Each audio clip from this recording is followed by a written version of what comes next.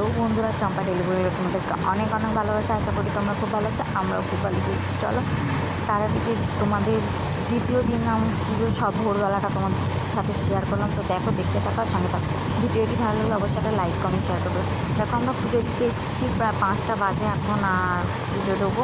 এই জন্য দোকান থেকে ডালা কিনছি। ডালা কিনে তারপর আমরা পুজো দিতে যাবো। তো আবিরকেও ভোরবেলা, আবির তো এমনি ঘুমিয়েছে, 1টা 2টো থেকে ঘুমিয়েছে, আবার ভোরবেলার ওকে টেনে তুলে দিয়েছে। ও খুব জ্বালাতন করছে, কি কান্না করছে। আর দেখো, এখানে আমরা লাইনে দাঁড়িয়েছি। এটা হলো টাকার লাইন।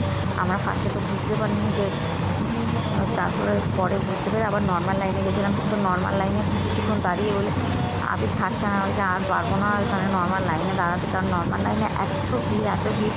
আর নর্মাল লাইনটা মনে হচ্ছে ছাড়ছেই না। শুধু ওই যারা টাকা দিচ্ছে তাদেরকে পুজো দিয়ে দিচ্ছে, আর নর্মাল লাইনটা ওইখানে আটকে রেখে দিয়েছে। আর যেইখানে দাঁড়িয়ে সেইখানে সবাই দাঁড়িয়ে রয়েছে। তো এই জন্য আমি কান্না করছে, জ্বালাতন করছে, আর আমরা দাঁড়াতে পারছিলাম না বলে তাই নর্মাল লাইনে পুজো দিই। তাহলে প্রচুর ভিড়, মানে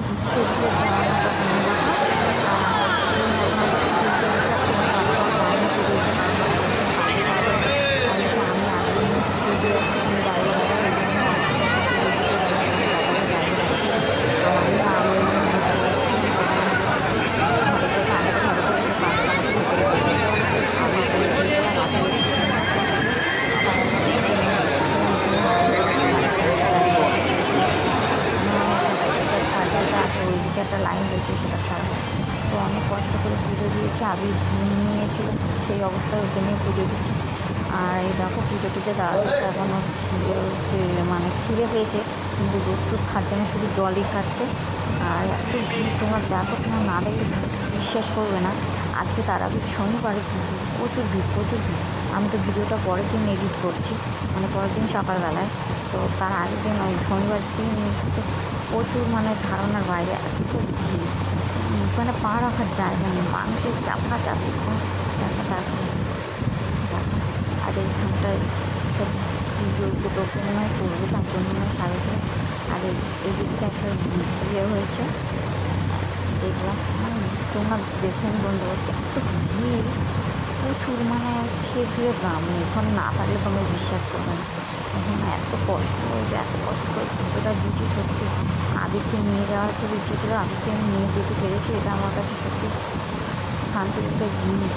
আমি যে আবিরকে নিয়ে পুজোটা দিতে পেরেছি। আমি হচ্ছে এত ভিড়ে হয়তো আবিরকে নিয়ে যেতে পারবো না, চাপাচাপি হয়েছে, কিন্তু ভালো করে পুজোটা দিতে পেরেছি। আর ভেতরে কী করলাম, তো ভেতরে ঢুকাচ্ছে না। 500 টাকা দাও আর 1000 টাকা, ওই একটুখানি সেরম করে পুজো দিয়েই বেরিয়ে আসতে হচ্ছে। তো দেখো, এখানটায় ঘুরিয়ে তারপরে আমরা আবার ট্রেনের দিকে যাবো। কারণ এত ভিড়ে এখন ভীষণ কষ্ট হচ্ছে। আর এখন প্রায় 8:30 বাজে, 8টা 8:30। আমরা প্রায় 5টার দিকে লাইন দিতে। তো দেখো, আমরা বাড়ি এসে এসে কিছু খেয়ে তারপরে একটু বিশ্রাম নিয়ে সবাই মিলে এবার গল্প করছি দুপুরে। সে তো ভিডিওটি ভালো হলে অবশ্যই একটা লাইক শেয়ার করবে।